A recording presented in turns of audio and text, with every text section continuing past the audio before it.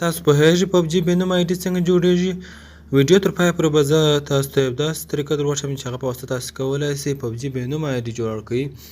یعنې کله چې تاسو یو څوک وولئ یا کله تاسو د چا سره ټیم اپ وکړئ، ستاسو د نامه پر ځای به یو لغات هم نه وي لیکلی.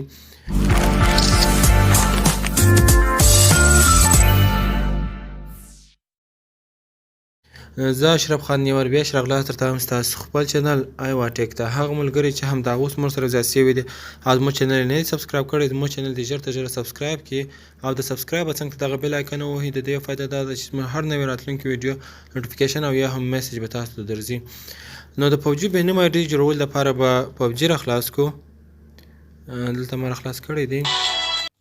ما په تېره آی ډي کې دواړه کارډونه استعمال کړي وو، نو د دې دپاره ما نوی آی ډي جوړ کړ. تاسو کولی شئ په هغه آی ډي کې هم نوم ور واړوئ. یعنې زه به په راتلونکي تاسو ته درښوم چې موږ څنګه کولی شو په هغه آی ډي کې هم بې نومه آی ډي جوړه کړو. نو دلته تاسو کولی شئ چې اول یې مخ ور واړوئ، د هغه تاسو کولی شئ د رنګ یې ورته انتخاب کړئ، څه رقم رنګ دی، او د هغه تاسو کولی شئ چې بیرغ یې ورته انتخاب کړئ.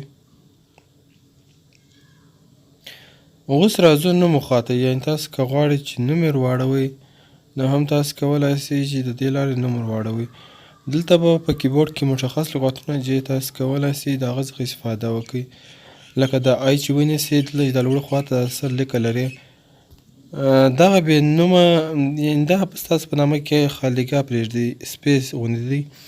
نو موږ چې هم نوم جوړوو د دغه لغتو څخه استفاده کوو او بې نومه آی ډي جوړوو. دا د هغسې په او کې شته، په ای کې شته، ای کې شته. ګوره دا اوس او مې راواخیستله، د هغه تاسو کولی شئ د ای څخه هم استفاده وکړئ، یو کې شته.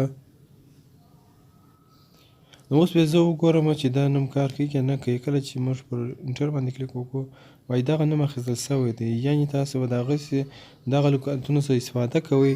په دې کې تاسو کولی شئ چې غټه او کوچنۍ او دې دواړو څخه استفاده وکړئ او خپل ځان ته یو مشخص نوم جوړ کړئ.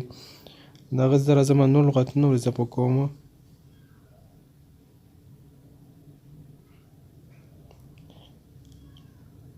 اوس بیا وګورو چې څنګه کېږي. دلته اوس ماته ووایه دا څو لغتو څخه بالا دی، زه به لغات یې کم کړم.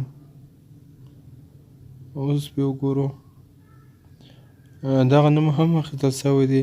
زه راځم د غټ لغتو څخه استفاده کوم، یعنې غټه ای ورکوم او د هغسې نور تغییرات پسې راولمه. زیاتره غټ لغاتونه ورکوئ انشاءالله نوم اخیستل کېږي. ګورئ اوس ما غټه ای او یو دې څخه استفاده وکړل. اوس زه کریټ باندې کلیک کوم. نو اوس که تاسو وګورئ چې زما د پبجي بې نومه آی ډي جوړه شول، یعنې اوس که یو څوک زما آی ډي وګوري زما په آی ډي کې به یو لغات هم نه وي لیکلی.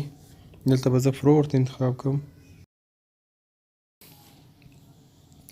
دلته که تاسو وګورئ لوړې خواته زما بې نومه آی ډي جوړه شوې ده، یعنې زما د نامه پر ځای یو لغات هم نه دی لیکلی.